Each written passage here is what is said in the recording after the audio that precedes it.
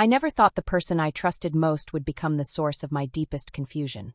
It all started with a knock on the door. A familiar face from my past, now standing before me, different yet the same. What happened next, under the flickering lights of my new home, left me questioning everything I thought I knew. That moment changed everything.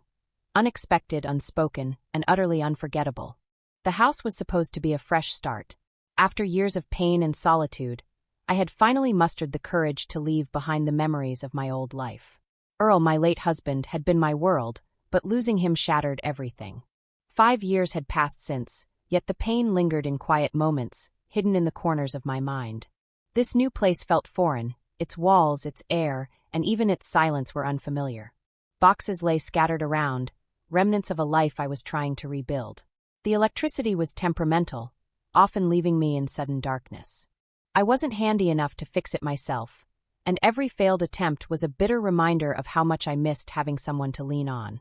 Wilfred, my nephew, had always been a dependable kid, raised by his single mother, always eager to help. He had offered, "Auntie, just call me anytime. I'll come right over." His confidence and kindness were refreshing. So when the power cut out for the 3rd time in a week, I swallowed my pride and sent him a text. The knock on my door came quickly, almost too quickly. When I opened it, there stood Wilfred, no longer the boy I remembered but a man, confident, mature, and strikingly composed. "Hey, Auntie," he said with a warm smile, "still having trouble with the power?" I explained the issues, trying to keep my tone light. He chuckled, assuring me he'd take care of it. Watching him work, I noticed how much he'd changed, not just in appearance but in how he carried himself. There was a steady calmness in his demeanor that made me feel safe, a feeling I hadn't experienced in years. Despite his youthful energy, there was something about him that felt different. Every time he looked my way, I caught a flicker of something unspoken in his eyes. I chalked it up to my imagination, dismissing the unease building inside me. He was family after all. This was just a routine visit to help out. Or so I thought. At first, everything seemed perfectly normal. Wilfred visited regularly, each time bringing the same sense of reliability and calm. He would fix the faulty wiring, check on the appliances, and reassure me that the house would feel like home soon enough. But over time, I began noticing things, little details that unsettled me in ways I couldn't explain. It was the way his gaze would linger, just for a moment too long. The way he would ask how I was doing, his voice carrying a warmth that felt more personal than casual. "You're really settling into this place, Auntie," he said one evening, his eyes scanning the room before briefly meeting mine. There was nothing overtly wrong, but something about his tone made my breath catch. I tried to brush it off, convincing myself it was all in my head. But then there were the compliments. Simple at first, harmless even. "You look good in red," he'd said once, almost absent-mindedly, while fixing the fuse box. Another time, as I was preparing coffee, he mentioned, "You've always been so graceful, Auntie." "It's admirable." "Admirable? Who says that?"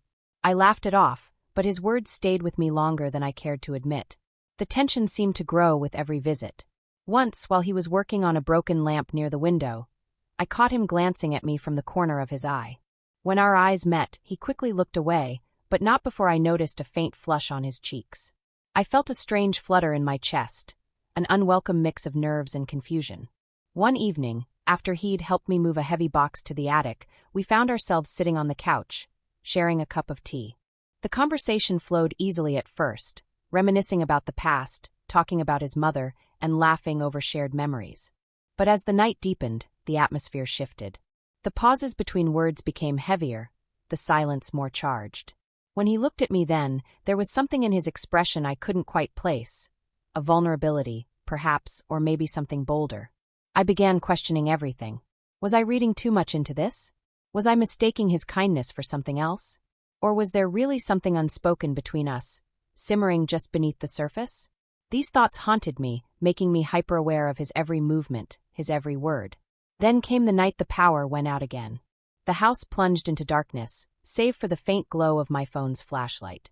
Wilfred arrived quickly, as always, his voice steady and reassuring. But as we worked together to restore the power, the proximity between us felt different. When I accidentally brushed against him in the dark, an electric charge seemed to pass between us, leaving me breathless. "Don't worry, Auntie," he said softly, his voice close to my ear. "We'll figure this out." The words were simple, but the way he said them made my pulse quicken. That night, after he left, I sat in the quiet of my dimly lit kitchen, replaying every moment in my mind. Was it just my imagination?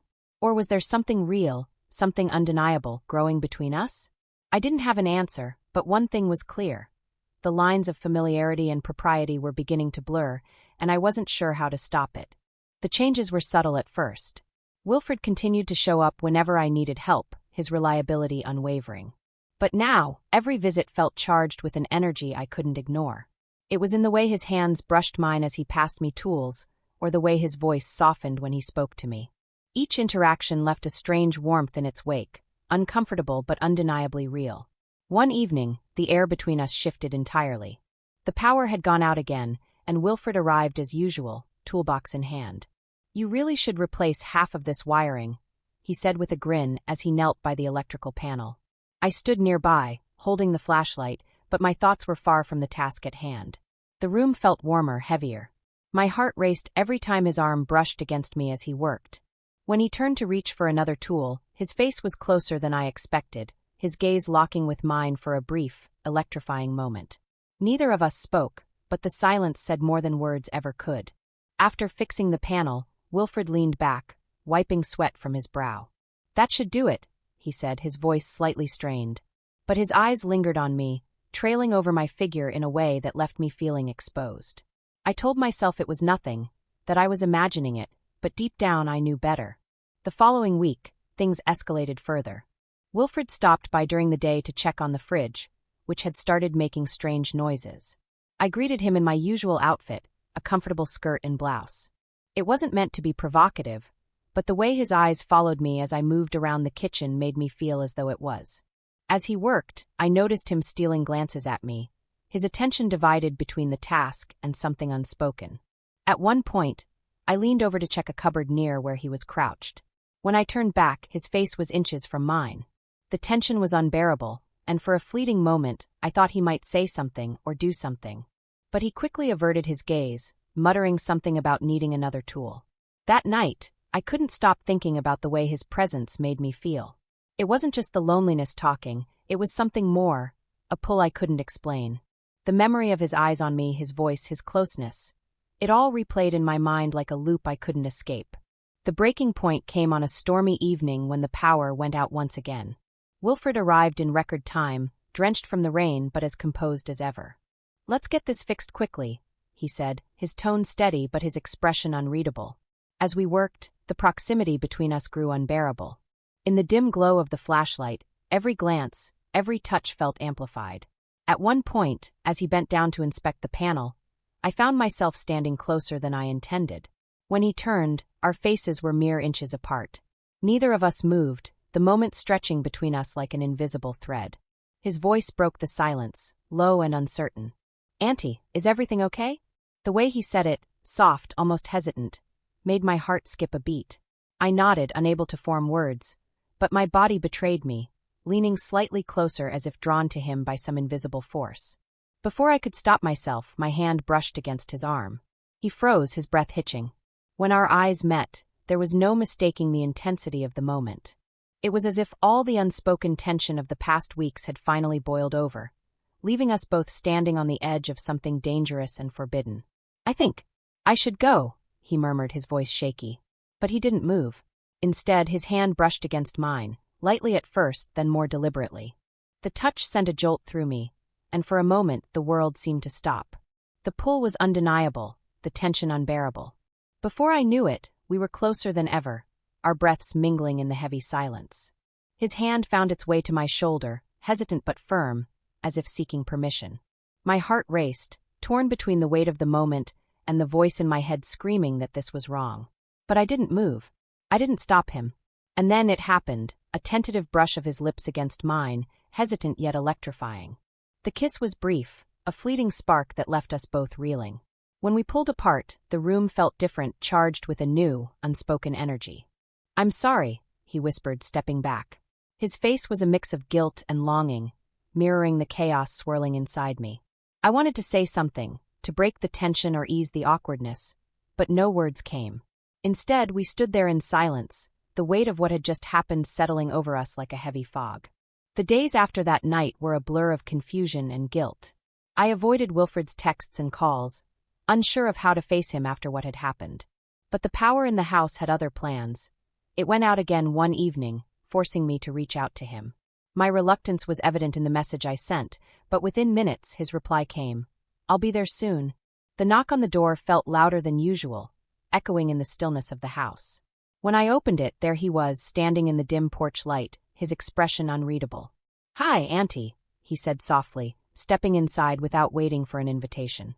The tension between us was palpable, a storm waiting to break. "I'm sorry to bother you again," I began, my voice shaky. "The power's out, and I don't know what else to do." "It's no bother," he replied, his tone steady but distant. He set to work immediately, checking the electrical panel while I stood a few steps away, unsure of what to say or how to act. The silence between us was deafening. As he worked, the memories of that kiss played on repeat in my mind. The way his hand had lingered on my shoulder, the way our lips had met, tentative yet charged with a forbidden energy. I had spent the past week convincing myself it was a mistake, an isolated moment born out of loneliness and misplaced emotions. But standing there watching him, I wasn't so sure anymore. "I think the wiring in this panel needs replacing," Wilfred said, breaking the silence. "It's causing too many issues." I nodded, barely processing his words. "Whatever you think is best," I murmured. He turned to face me then, his eyes locking with mine. "Auntie, about the other night." My breath caught in my throat. I wanted to stop him, to tell him it didn't matter, but I couldn't find the words. "Wilfred, we don't have to." "We do," he interrupted, his voice firm but gentle. "I can't stop thinking about it. About you." His confession hung in the air like a thunderclap, leaving me stunned. My heart raced, a mix of fear, guilt, and something I couldn't quite name. "Wilfred, this isn't right," I whispered, shaking my head. "We're family." "I know," he said, his voice heavy with emotion. "But that doesn't change how I feel." Before I could respond, the lights flickered back on, illuminating the room in a harsh, unrelenting glow. The sudden brightness felt like a spotlight, exposing every unspoken thought and hidden emotion. I took a step back, trying to create distance, but Wilfred closed the gap, his gaze unwavering. "I'm not trying to make this harder for you," he said softly. "But I can't pretend this doesn't exist." His words hit me like a tidal wave, drowning me in the weight of what we were both feeling. I wanted to deny it, to push him away and draw a firm line between us. But instead, I found myself frozen, caught in the pull of his presence. "Wilfred, this has to stop," I said finally, my voice trembling. "It's not just about us. There are boundaries we can't cross." He nodded slowly, his expression a mixture of acceptance and heartbreak. "I know, but it doesn't make this any easier." The air between us was thick with unspoken words and unresolved tension. Every fiber of my being screamed at me to walk away, to end this before it spiraled out of control. But then, in a moment of weakness, I reached out, placing a hand on his arm. The contact was brief, but it spoke volumes. "I care about you," I admitted, my voice barely above a whisper. "But this can't happen." His eyes searched mine, as if looking for a sliver of hope. "I understand," he said finally, stepping back. "I won't bring it up again." The sincerity in his voice broke something inside me, but I knew it was for the best. He gathered his tools and headed for the door, pausing briefly to look back at me. "If you ever need anything, just call," he said before stepping outside and closing the door behind him. I stood there for what felt like an eternity, staring at the closed door and replaying the moment in my mind. The weight of his confession, the look in his eyes, it was all too much. I sank onto the couch, my mind a whirlwind of emotions. Guilt, confusion, longing, they all tangled together, leaving me feeling more lost than ever. But the night wasn't over yet. A sudden knock at the door startled me, and I rushed to open it, half expecting to see Wilfred standing there again. Instead, it was my neighbor, looking concerned. "I saw your lights flickering earlier. Is everything okay?" she asked. I forced a smile, assuring her everything was fine. But as I closed the door and returned to the living room, I couldn't shake the feeling that everything was far from fine. The storm that had been brewing between Wilfred and me wasn't just about a kiss or a confession. It was about everything that had led up to this moment. The loneliness, the unspoken emotions, the forbidden connection. It all came crashing down, leaving me questioning everything I thought I knew about myself and the life I was trying to rebuild. As I sat in the silence of the now brightly lit room, one thing became painfully clear. Nothing would ever be the same again. The days following Wilfred's confession were filled with an unbearable weight. I couldn't shake the memory of his words, the look in his eyes, or the tension that had hung between us. The house, once my haven, now felt like a prison, each room echoing with reminders of what had happened. I tried to focus on my daily tasks, but my thoughts always drifted back to that moment when everything changed. I avoided reaching out to him, hoping the distance would help ease the turmoil in my heart. But the silence was deafening, and with every passing day, the weight of guilt grew heavier. I couldn't stop replaying the moments in my mind, his closeness, his touch, the way his words had lingered in the air like a forbidden promise. I told myself it was just a lapse in judgment, a fleeting moment of weakness, but deep down I knew it was more than that. The first time I saw Wilfred again, after that night, was unexpected. I had gone to the local market, hoping to distract myself with errands, when I spotted him across the parking lot. He hadn't seen me yet, and for a moment, I considered slipping away unnoticed. But then our eyes met, and I knew there was no escaping the inevitable. "Hi, Auntie," he said as he approached, his voice hesitant. There was a flicker of hope in his eyes, but it was overshadowed by a cautious uncertainty. "How have you been?" "I've been fine," I lied, forcing a smile. "Just keeping busy." We stood there in awkward silence, the unspoken tension between us palpable. I wanted to address what had happened, to find some way to make sense of it, but the words wouldn't come. Finally, he broke the silence. "I've been thinking about what I said," he began, his voice soft. "I didn't mean to make things harder for you." His words were sincere, but they only added to the ache in my chest. "Wilfred, we can't. I can't. This has to stop," I said, my voice trembling. "Whatever we're feeling, it's wrong." He nodded, his expression somber. "I know. I don't want things to be awkward between us." "It's too late for that," I admitted, my honesty catching both of us off guard. "But I need time to figure this out. I need to focus on rebuilding my life." He didn't argue, didn't try to convince me otherwise. Instead, he nodded again, a silent acknowledgement of the boundaries I was trying to set. "I understand," he said quietly. "I just want you to be happy." As he walked away, I felt a mix of relief and regret. The distance between us was necessary, but it didn't make the pain any easier to bear. I wanted to move forward, to leave the confusion and guilt behind, but the memories of him lingered like a shadow, always just out of reach. At home, the emptiness of the house was overwhelming. I found myself second-guessing every decision, every feeling. Was I being too harsh? Was I denying something real out of fear? Or was this all just a dangerous fantasy, born out of loneliness and desperation? The questions haunted me, leaving me restless and uncertain. A few weeks later, I received a text from Wilfred. It was simple, just a quick message to check in. "Hi, Auntie. I hope you're doing okay. Let me know if you need anything." I stared at the screen for what felt like hours, torn between the urge to reply and the fear of reopening old wounds. I finally decided to respond, keeping it brief but polite. "Thank you, Wilfred. I'm doing fine. I hope you are too." The exchange was short and uneventful, but it left me feeling hollow. I realized that no matter how much distance I tried to create, the connection between us wouldn't simply disappear. It was a wound that wouldn't heal, a reminder of the fragility of boundaries and the power of unspoken emotions. In the weeks that followed, I threw myself into projects around the house, hoping to distract myself from the lingering feelings. I repainted the walls, rearranged the furniture, and even started a small garden in the backyard. Each task was a step toward reclaiming my space and my sense of self. But even as I tried to move forward, there were moments when the memories crept in, unbidden and relentless.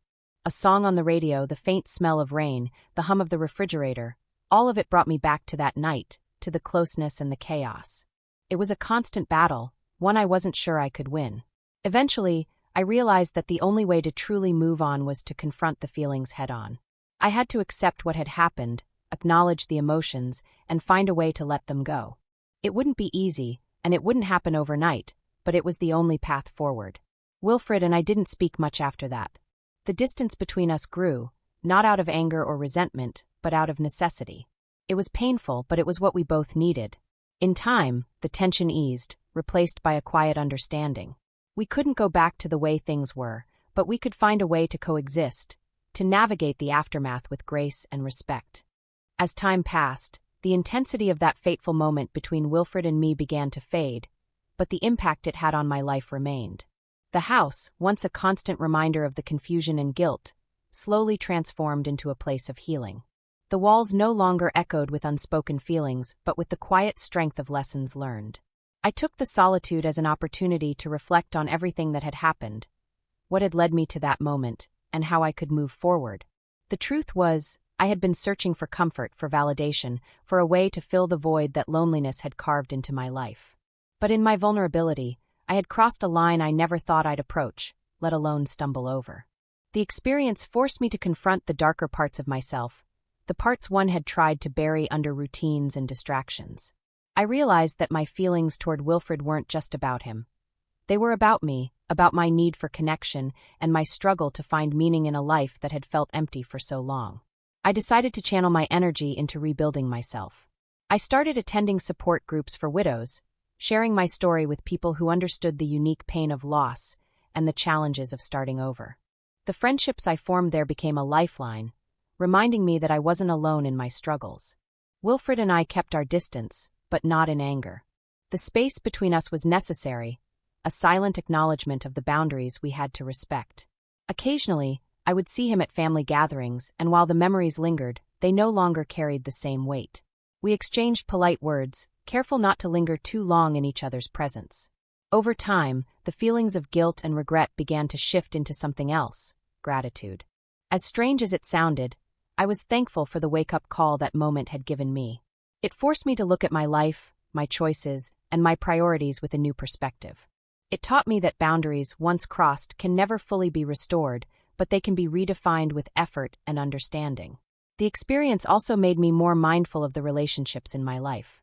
I reached out to old friends, rekindling connections I had neglected in my grief. I started to let people in again, to trust that I could be vulnerable without losing myself in the process. The hardest part was forgiving myself. For weeks, I wrestled with the shame of what had happened, convinced that it defined me. But eventually, I realized that mistakes, no matter how grave, don't have to be the end of the story. They can be a beginning, a chance to grow, to change, to become a better version of yourself. As I worked through my emotions, I found a sense of peace I hadn't felt in years. I started to see the house not as a reminder of what I'd lost, but as a symbol of what I was rebuilding. Each repaired wall, each planted flower in the garden, was a testament to my resilience and my ability to move forward. One day, I received a message from Wilfred. It was simple, just a quick update on his life, but it carried a tone of closure. "Hi, Auntie. Just wanted to let you know I've been doing well. I hope you're doing the same," I replied with a smile, feeling a sense of finality. "Thank you, Wilfred. I'm happy to hear that. Take care of yourself." That was the last time we spoke, and it felt right. The chapter had closed, not with a bang but with a quiet resolution. In the end, the experience left me with a profound lesson. Life is full of temptations and crossroads, but the choices we make in those moments define who we are. Boundaries exist for a reason, and respecting them, even when it's difficult, is a sign of true strength. I learned to value the relationships that mattered most, and to find fulfillment within myself rather than seeking it elsewhere. Life didn't magically become perfect, but it became mine again, a life I could live with integrity and pride. If you were in her position, how would you handle such a complicated situation? Share your thoughts in the comments. I'd love to hear your perspective. Don't forget to hit the like button and subscribe for more captivating and emotional stories like this one. And trust me, you don't want to miss what's coming next. Turn on notifications and stay tuned for a tale that will leave you speechless.